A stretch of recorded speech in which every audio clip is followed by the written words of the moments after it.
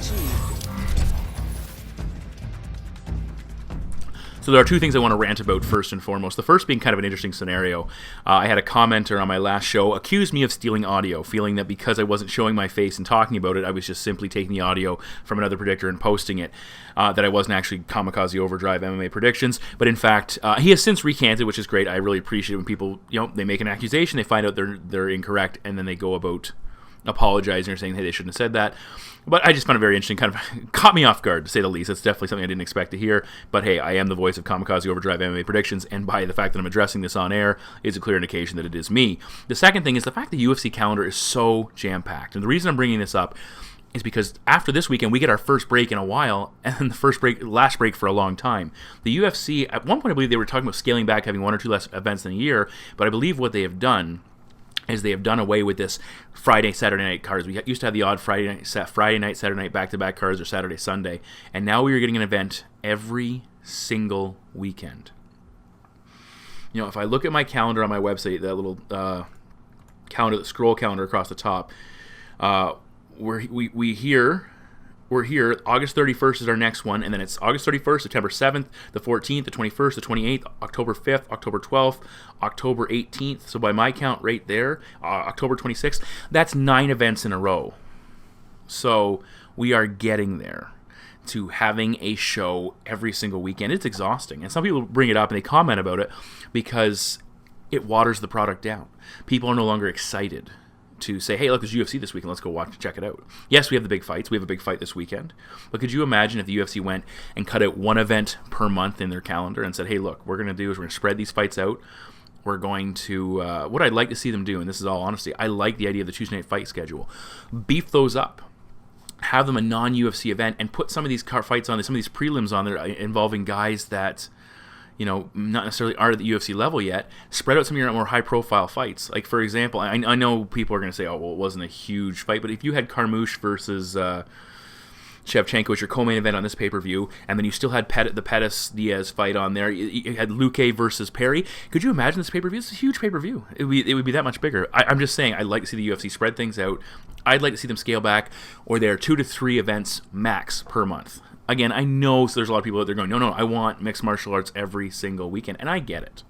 And maybe I'd be a little bit different if I was just, hey, watching it and enjoying it and getting that part. This part, the prediction part, is a little bit exhausting, and trying to look up and figure out who fighters are.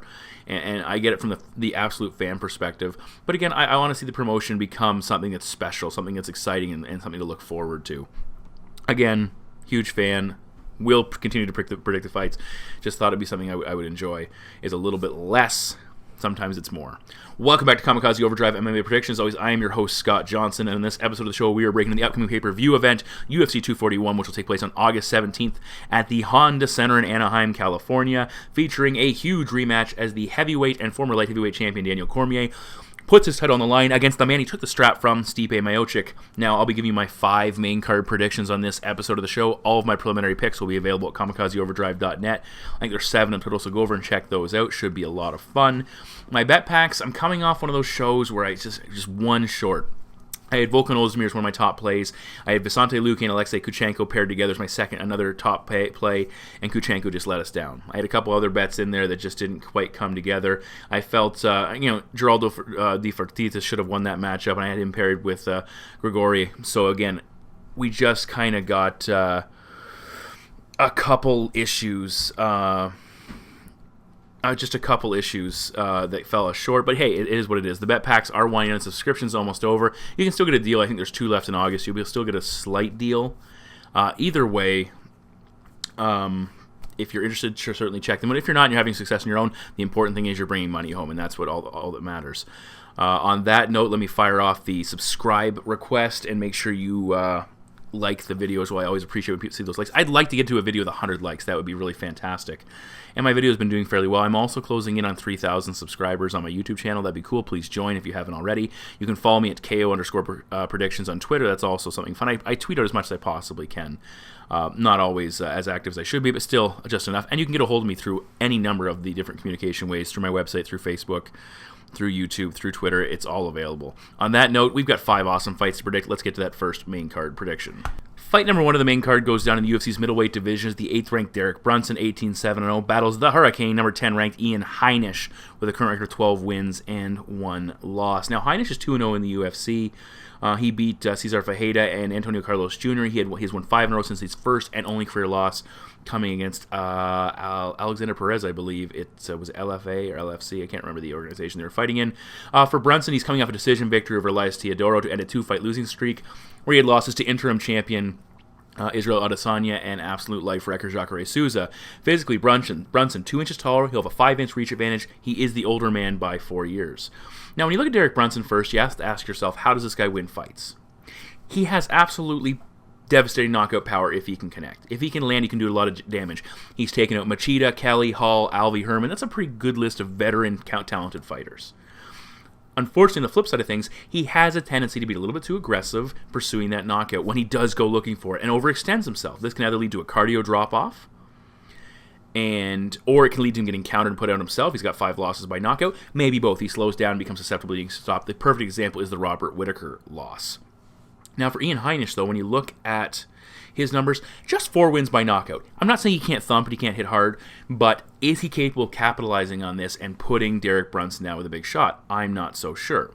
Brunson's going to have a reach and height advantage. That is huge, and he would be smart in this fight to sit at range, work behind his jab, land shots where Heinisch can't reach him, and then counter with his wrestling. Heinisch is a pretty active fighter, uses a lot of movement to get in and out, but offensively his totals aren't that impressive. In his 2 fights against 2 guys who are not known for being, big strikers, he's put up 55 and 39 significant strikes respectively. Those aren't big numbers. In addition to that, and this is the concern you have to get when you start looking at stats, in his 2 wins, in his 2 UFC fights, he's been taken down 9 times. Now, he's been able to get up and overcome those fights. His only loss against Marcus Perez was by submission, which suggests he might have a little bit of vulnerability on the mat. Now, again, he won both those matchups in the UFC because his opponents either failed to keep him down or they tired and couldn't keep him down consistently enough to win the fight. Brunson has a very solid wrestling base, and he's coming off a fight against Elias Teodoro where he landed 4 takedowns, and he utilized that effectively to score points against a guy who was trying to outpoint him. Prior to that, he picked up 2 against Anderson Silva, and he has to go all the way back to the time he fought Lorenz Larkin back in the day, and he picked up 4. So he's not a guy like he is early in his career when he's landing takedowns, spamming takedowns, and trying to hold top position. But he's still very capable of doing that. Now, Heinisch is not easy to take down. He forces you to expend a lot of energy in pursuit of the takedown and then trying to keep him down. And that could add up against a guy like Brunson, who is known to slow down a little bit. But on the flip side of things, if he's vulnerable to being taken down and Brunson can capitalize that and get on top of him, that's going to be a huge advantage for Derek. Now, again, as I previously mentioned, Ian Heinisch has capitalized on his opponents slowing down in fights and gassing out, and gets off to a bit of a slow start and then finds that second gear when his guys start to fade and pulls away. Brunson, again, not the world's best cardio, but I don't know if it's as bad as Ferreira or Antonio Carlos Jr. Those guys seem to fade badly when you make them work. And he still remains active in the later rounds. Brunson absolutely does. And Heinisch doesn't push an overwhelming pace where he's going to absolutely come in and pummel you with volume until you can't stand up. So that's not going to precipitate that type of opportunity for Brunson to slow down. Look for Brunson to utilize his reach in this fight, doing damage on the outside, then clinch when they close in, and then if Heinisch gets too reckless, look for Brunson to change levels for those reactive takedowns and to floor Ian Heinisch on the mat. One thing in the last couple fights, I felt Heinisch was the better athlete than his opponents. I don't know if that's the case here against Derek Brunson.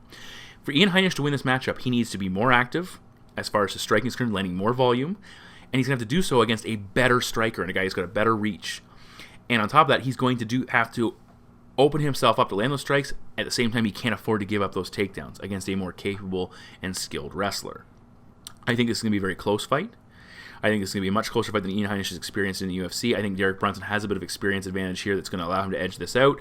And I think Brunson simply offers more vertical offense and key takedowns in a very close fight. And my prediction is Derek Brunson to defeat Ian Heinisch by decision. Up next, we are in the UFC's featherweight division as Mowgli Gabriel Benitez returns to action, 21-7-0. He battles Super Sodiq Yusuff with a record of 9 wins and 1 loss. Now, Yusuff is coming off a very big win over Shayman Moraes. He is 2-0 in the UFC, winner of 4 consecutive fights. For Benitez, he has won back-to-back fights, and 3 of his last 5, including a 3 of his last 5, I believe, including a 5-2 record overall inside the octagon. Yusuff is 1 inch taller, though the same reach, and Sodiq is the younger man by 5 years. Now, Benitez has been out of action since early 2018, and that fight was a 39-second knockout, slam knockout of Humberto Bandenay. I love saying that name. Before that, his previous fight, December 2017. So it's been a while since he's seen some prolonged octagon action. So he's been out of that cage for a while, so some ring rust is certainly a possibility. Now, when you look at Gabriel in this matchup, he has a solid striking attack that's built primarily around his kicking offense. He looked really good in that 15-minute decision victory over Jason Knight. He landed 85 significant strikes. He absolutely battered the lower half of his body. His legs and his body were just busted up with those leg kicks. Very impressive performance for Benitez in that fight, especially when Knight at the time was looking like he might be a future contender. Now, it might be worth noting when you look at Benitez's track record, with the exception of Humberto Bandenay, all of his wins have come over fighters that have been cut from the UFC.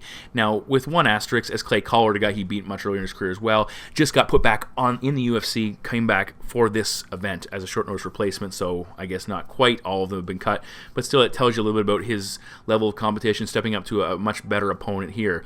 Now, for Sodiq, he is very quick.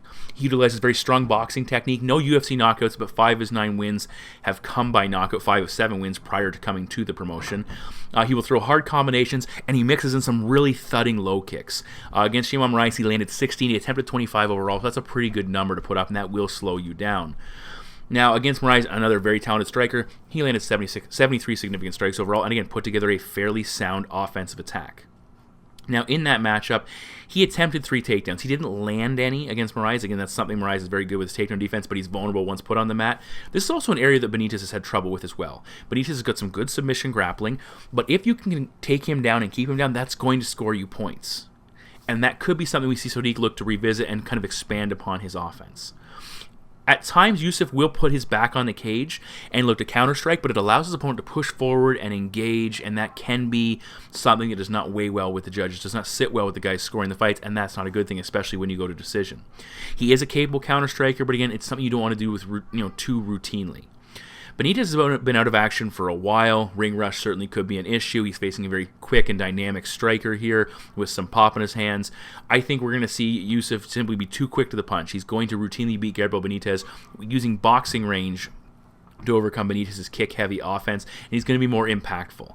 Unless Gabe can land something significant with his kicks or catch that submission on the mat if they do go to the ground, I think he's going to struggle to match the output and the impact of Yusuff's offense. And my overall prediction is Sodiq Yusuff to defeat Gabriel Benitez I think he's going to take him by decision.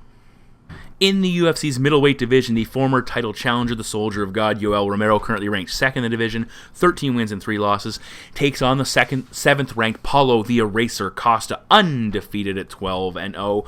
Now, this is a fight that's been a long time in the making. There's no doubt about it. What we are looking at here is a matchup that was originally scheduled to go down in early November of 2018. Romero pulled out. And then he also pulled out since of a Drakkar matchup, so he hasn't been very active of late. For Paulo Costa, he's undefeated, as I mentioned, 4-0 in the UFC, with 4 wins by knockout, including wins over former welterweight champion Johnny Hendricks and Uriah Hall, most recently the most notable victories on his record. Now, for Romero, you look at his track record. He won 8 fights in a row to start his UFC run. He lost an interim title fight against Robert Whittaker that eventually became the champion. He then went and knocked out Luke Rockhold, and then he lost a controversial split decision against Robert Whittaker in a fight where Romero missed weight by 0.2 pounds, so it wasn't a title fight for him. So that's crazy. Costa, 1 inch taller, Romero, 1 inch reach advantage. Costa is the younger fighter by an incredible 14 years. And everybody points that out with Romero. He's 42 years old, and he's from Cuba, so some people question how old he actually is. He could be older. We don't know that. He could be younger, but I doubt it. Now, there are lots of implications. Again, it's hard not to address this with the PEDs and how is it possible these two fighters are able to fight and not get caught. So that's pretty crazy. Now, Costa hasn't fought in over 13 months. There's certainly a layoff issue there. But Yoel Romero, he's been out of action for 14 months, so you wonder which guy adapts better. I would say for the older fighters, I tend to think it's better to stay more active and to not let things slip a little bit. For the younger guys, sometimes they develop and take strides and improve with a little bit of a layoff. Now, Romero, he comes into this matchup in that post-title fight letdown scenario. Technically, his loss to Whittaker, as I said, was not for the title, but still, it's a huge scenario, and now he is 0-2 against the champion. Incredibly entertaining matchups, but very difficult right now to picture him getting another title shot at 0-2.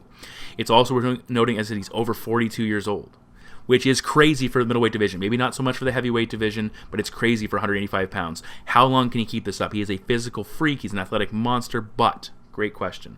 Now, Costa is a knockout machine. He's never fought beyond round 2. He overwhelms opponents with his power, and he's got very good striking skill. He's not a guy who just comes forward and headhunts. He does a lot of good things. He stalks effectively. He cuts off the cage. He throws massive body kicks. That back leg right power kick is opened up. He's a southpaw striker against Romero.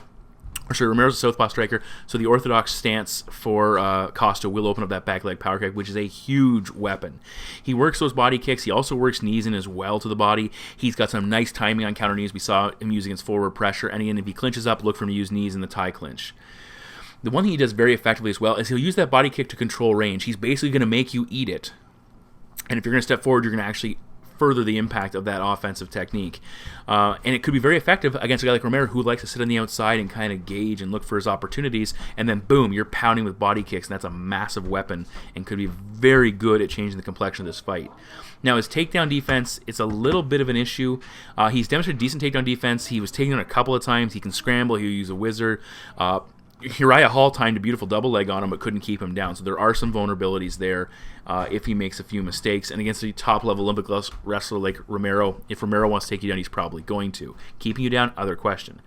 Now, for Yoel Romero, he doesn't push a crazy pace. He changes speeds and pace very effectively, but he's not a constant pressure fighter. In fact, the opposite could be said. We saw Robert Whittaker constantly touching Romero, constantly pressuring him, landing little shots, leg kicks, body kicks, touching him with a jab, and it just never let him rest, never let him settle in, never let him find those openings and establish those big offensive opportunities that he's looking for. And that is something we can absolutely say that Costa is going to be looking for. Romero's willing to eat strikes, and again, he's looking for openings. And we saw in the first part of the Luke Rockhold fight, he came in winging some massive punches. He explodes into his techniques. Not always technical, and in fact, he's quite vulnerable and open to counter strikes if you can measure him. With Romero, he's looking for that big moment. He's looking, again, to eat shots and let time tick off the clock, looking to change the composure of a fight with a big knee or a big punch. That flying knee that he landed on Chris Weidman was incredible. He's looking to do something that's going to turn the fight in his favor, and he can fall behind as a result. Now, against Robert Whittaker, he hurt him on multiple occasions, which is incredibly impressive. He couldn't get him out of there. Those were 5-round fights. He maybe waited too long after to push and to really engage. But again, it's impressive on the feet when you can hurt a guy like Robert Whittaker. When Luke Rockhold fought Yoel, he was having success engaging him early, and Romero waited almost a full round before picking it up and finally getting the finish in that fight. I don't know if you want to do that against a guy like Costa, who's going to come out and he's going to put it on you. Again, I'm always impressed with Yoel Romero's athleticism. I picked him in his Strikeforce debut against Raphael Cavalcante when no one else knew who he was. He got knocked out in that fight, but still, big things were to come. His cardio isn't great, and he doesn't like to be pressured. That's two issues here. Paulo Costa doesn't have a lot of great... His cardio isn't amazing, but he's so damn dangerous with his hands. He's so accurate. He's so powerful. That's a massive concern. If Paulo pushes him early, I think he can either get the knockout or get ahead on the cards, tire Romero out, who simply won't be able to come back. And even if Costa slows down, if if Costa gets up a round and a half on Romero, Yoel's going to really struggle to get back in this fight. We have a post-title fight letdown scenario here. I think that takes precedence over most of anything. Long layoff for an aging Romero. I think Costa goes out there, gets a signature victory, puts it on him, and my prediction is Paulo Costa to defeat Yoel Romero by knockout. In the co-main event of the evening, we're in the UFC's welterweight division as former lightweight champion Anthony Showtime Pettis, 22 wins and 8 losses, takes on former lightweight title challenger Nate Diaz, currently with a record of 20 wins and 11 defeats. Now, I still won't believe Nate Diaz is in the cage until I actually see him fighting. He's been off for a long time. Of course, we know all the things with his brother and he about not fighting and all those issues there. Again, he's not the type who pulls out of fights, which is absolutely awesome. But again, I'm looking forward to it. I just want to wait till he's actually in the cage before I get really excited. Now, this fight's taking place at welterweight, which is kind of interesting considering they've had the majority of their success at 155 pounds. Pettis is coming off a knockout of former title challenger Stephen Wonderboy Thompson, which was damn impressive. He has alternated wins and losses over his last 8 fights. For Diaz, he has been out almost exactly 3 years since fighting at UFC 202 against Conor McGregor. He had won back-to-back fights versus McGregor and Michael Johnson, 3 of 4. So he's had some success prior to having to take a little bit of a layoff. Physically, Nate, 2 inches taller, he'll have a 4-inch reach advantage, and he is the older fighter by 2 years. Now let's be honest. Anthony Pettis was not winning against Wonderboy. He was behind in the stats when it was all said and done, 47-32. He was getting hurt, he was getting bloodied, until he landed that massive Superman punch to put him down. Props to him, but still, it's important to establish what happened over the entire fight. Now for Diaz, you look at Nate Diaz, he's never really looked that awesome at welterweight. The 2 biggest high-profile fights he had at welterweight against legitimate welterweights, against Dong Young Kim and Rory McDonald, he lost them both. Then he had the fight with Conor McGregor, which he won, which, hey, it is what it is. Conor's not a real welterweight. Now, cardio is often an issue for a fighter off a long layoff, but looking at Nate Diaz, the type of guy who just goes and goes and goes, and he does these triathlons or whatever the hell they are, biathlons, I don't know. Just impressive, a guy with impressive cardio. You have to wonder if that's even going to be a factor here. I don't think it will be. So it's worth noting. Let's look at Anthony Pettis first. What has he struggled with? Anthony Pettis tends to struggle with pressure, gritty fighters. The type of guy who's going to get in your face, land strikes, mix in wrestling, clinch it up, and just make you fight at a pace he's not comfortable with. Make you engage at that torrid pace that's just not his normal style. Now, the first aspect of that is the takedowns. Dustin Poirier, 5 takedowns. Max Holloway, 2 takedowns. Eddie Alvarez, back in the day, 6 takedowns. Raphael dos Anjos, when he took the title, 9 takedowns. Now, that's not Nate Diaz's style. Nate's a very good grappler, but he's not known for his wrestling. So I don't anticipate seeing Nate, hit a blast double on Anthony and put him on his on his back. Hey, it'd be cool if he did, but whatever. But the other aspect of it is Nate's style, volume striking. Tony Ferguson landed 114 significant strikes. Max Holloway landed 94 significant strikes. Edson Barboza landed 73 significant strikes. Nate is capable of emulating and far surpassing these totals. So that is where Nate is going to find his bread and butter in this matchup. It's with his offense. Diaz landed 166 strikes against Conor McGregor in the second fight, 153 against Michael Johnson. He pushes a pace that's very difficult for most of his opponents to deal with. Pettis' best UFC performance when it comes to volume, 86 strikes against Jim Miller. He likes to throw that flashy technique over functional offense, and that it's more difficult to fight with volume when you're fighting in that style. What does Diaz struggle with? Well, it's wrestling, and fighters of his success take him down, but they need to be top-notch wrestlers. He's got great jiu-jitsu. You get him to the ground, you better mind your P's and Q's because he's going to make it difficult for you. Now, wrestling is not Pettis' style. He would be more apt of the two to shoot a takedown. He's not an amazing wrestler. He's a capable wrestler. He's good with jiu-jitsu. Is he willing to grapple with Nate? Very few are willing to go down and match jiu-jitsu with Nate Diaz, and that's something worth noting here. That might take away one of Anthony Pettis' key weapons that he often gets overlooked, but he utilizes effectively. When you submit Charles Oliveira, there's nothing to sneeze at there. The other big thing that will be a certain weapon for Anthony Pettis is kicks. Kicks have been an issue for Nate. Fighters have used them to take away his base, keep him out of boxing range, do damage where Nate can't reach you, and make it difficult for him to constantly move forward. Pettis can absolutely win this fight if he can knock out Nate Diaz. That is a huge... it could be difficult, but again, he can certainly do it with a head kick. He blasts a shin off your head or hits something hard to the midsection, he could put him down. His other option is he lands enough kicks to keep him on the outside and short-circuit the boxing of Nate Diaz and win a decision. Nate Diaz wins this fight if he constantly pushes forward, boxes up Pettis with that volume, doesn't have a cardio drop-off, and starts to really capitalize on Anthony Pettis slowing down a little bit.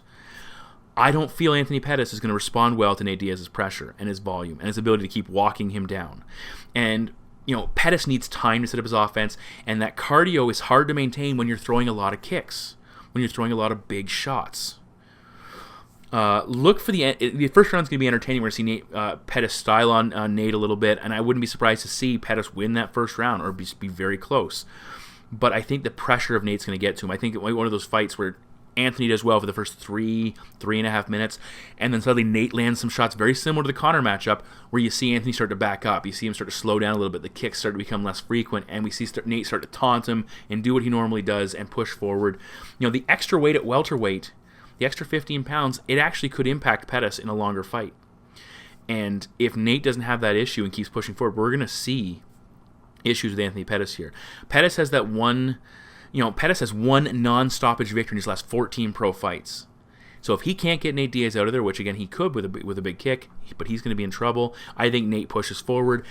Probably might lose the first round, but I think he wins the second round and dominates the third round just with that boxing volume and absolutely taking care of Anthony Pettis with, boxing him up to the head, boxing him up to the body, and just simply outworking him, landing more volume. And my prediction is Nate Diaz to defeat Anthony Pettis by decision. We move now to the main event of the evening in the UFC's heavyweight division as the former champ and current UFC heavyweight champion, DC Daniel Cormier, 22-1-0 with 1 no contest, takes on the former champion, the 18-3 Stipe Miocic. Now, this is a rematch from their UFC 226 engagement back in July of 2018. Cormier won by first round knockout. It ended Stipe's historical run. And as I said, DC became a champ along with the light heavyweight title. Now, DC is officially undefeated in his last 8 matchups. If you exclude the no contest that was the Jon Jones rematch knockout defeat. He's coming off a successful heavyweight title defense against Derek Lewis. He's undefeated at heavyweight overall, and he's never lost a round as far as most people can tell. For Stipe, he's been out of action for 13 months. He had a 6-fight winning streak snapped by DC in the rematch. In the first engagement, he was the first to defend the heavyweight title on 3 occasions. Very impressive, historical, in fact, never been done before. And it's also worth noting he comes into this fight. He's had one rematch before. He rematched Junior Dos Santos and knocked him out after Junior won the first fight. So again, this is unfamiliar territory for him. Now, Stipe, 5 inches taller, he'll have a massive 8-inch reach advantage, and he is the younger man by 3 years. Now, DC came into the last fight a couple pounds heavier than Stipe, so that could be the case here. I expect it to be as well. Now, I picked Stipe in the first fight. I felt the size of Stipe, his above-average mobility for heavyweight, and power would simply be too much for Cormier. I felt he didn't emulate some of the heavyweights that Cormier was able to beat before, and I thought that was going to be an issue for him. In that first fight, overall, statistically, DC landed one more significant strike, but ultimately that was the tail of the tape there. He landed him 25-24 in the first round and knocked him out. Stipe was credited with a takedown. It really didn't amount to much in that fight. Now, I felt Stipe was having some success early, but it wasn't the type of success that I expected that he needed to have, and that was my concern. It wasn't the type of success that I needed him to go out and to show us. He was pushing forward versus the shorter, not as long fighter. Let's go with that. He was aggressive, but he was exposing himself. He was opening himself up. He was landing some decent strikes, but he was getting pulled into DC's range. DC was responding to some clinch work and some short strikes and having some success. Stipe wasn't landing those big power strikes from the outside that I was hoping to see him use. I want to see him go back to using that jab, and we've seen different analysts talk about this, but it's 100% correct. You have a long reach, you're a taller man, you're fighting a shorter, stockier opponent who needs to get the inside. Bust him up with that jab. Stipe should have been landing 2, 3, 4 jabs before committing with power. Get DC, maybe blinking his eyes a little bit, maybe thinking about the jab, and then boom, come with that power right hand. That should have been a focus, and it was not a focus. And instead of keeping DC where he couldn't touch him, suddenly he was in range where he could touch him. Now, DC got in the inside in that fight, landed some short strikes, knocked him out, and he was a right hand, just a very well-timed, well-placed right hand. Now, everyone talks about him being eye-poking Stipe prior to this, and that affected him. Stipe did not talk about it at all, and that's a good mentality, and I really liked that. But at the same time, we have to assume it probably was an issue. There's always been a concern about Stipe's chin. He got knocked out by Struve. He's been hurt in a couple of fights before. I believe Alistair Overeem got him in a little bit of trouble as well. And DC talks about how much harder he hits at welterweight. Heavyweight. He has more power behind his punch. He has more weight behind his punches. One thing that I looked at in the fight, and I didn't give enough credit to, is Stipe has used his wrestling very effectively in previous fights where he either wasn't winning the striking exchanges or wanted to avoid them. That necessarily wasn't an option against Daniel Cormier. The level change and the caliber of wrestler that Cormier is made it difficult for Stipe to go that route. And that forces Stipe away from one of his key weapons and to rely solely on his striking. Stipe, in this fight, again, needs to use his reach, needs to use his jab, stay active and mobile, and force DC to come to him and punish him. I don't care if George St. Pierre, Josh Koscheck style jab the hell out of him and then mix in those big power strikes. But I think it's an effective tool. For DC, he needs to push Stipe, get in his range, fight close, very similar to what he did last time. Clinch, use that short-range power, start to turn the fight in his favor. And in the last fight, once DC started touching DC started touching Stipe, he started to turn the fight in his favor. You saw Stipe start to back off a little bit. His face reddened up. He started to have a few issues. Traditionally, short first fights are followed by longer rematches and vice versa, and I think we could be in for that here. I could be wrong. We could see a quick fight as well.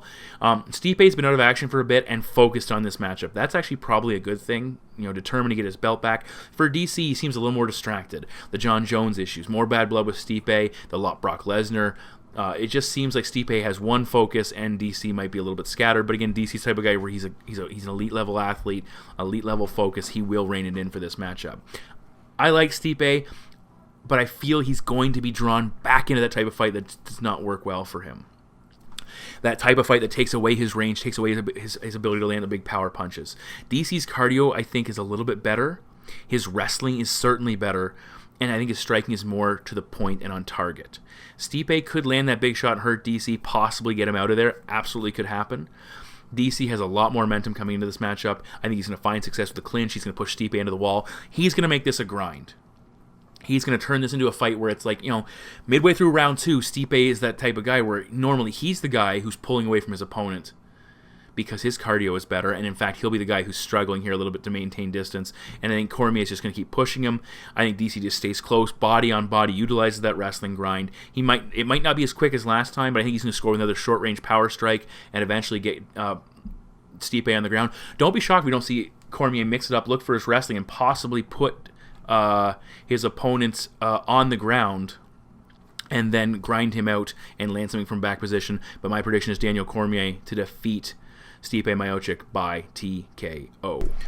So those are my 5 main card predictions for UFC 241. All of my preliminary picks will be available at kamikazeoverdrive.net, so please check them out. The bet packs will also be for sale. Very much looking forward to getting down and breaking this down, and then having a bit of a break. I'm looking forward. I got a big baseball tournament coming up that I'm very excited about. I'm very much looking forward to that as well. So we'll see how things go. Again, follow me on KO @_predictions on Twitter. And you can check that out. You can follow me on Facebook. Don't forget to subscribe on YouTube. Click the like button, all that fun stuff. I'd love to have a video with 100+ likes. I think that's pretty cool. I hope you like what I tell you. And if you don't, if you disagree, please explain. Again, I love it when people explain and break things down. I'm learning all the time too, and I hope you do as well. Thanks for tuning in, guys, and I will talk to you soon. Take care. Bye-bye.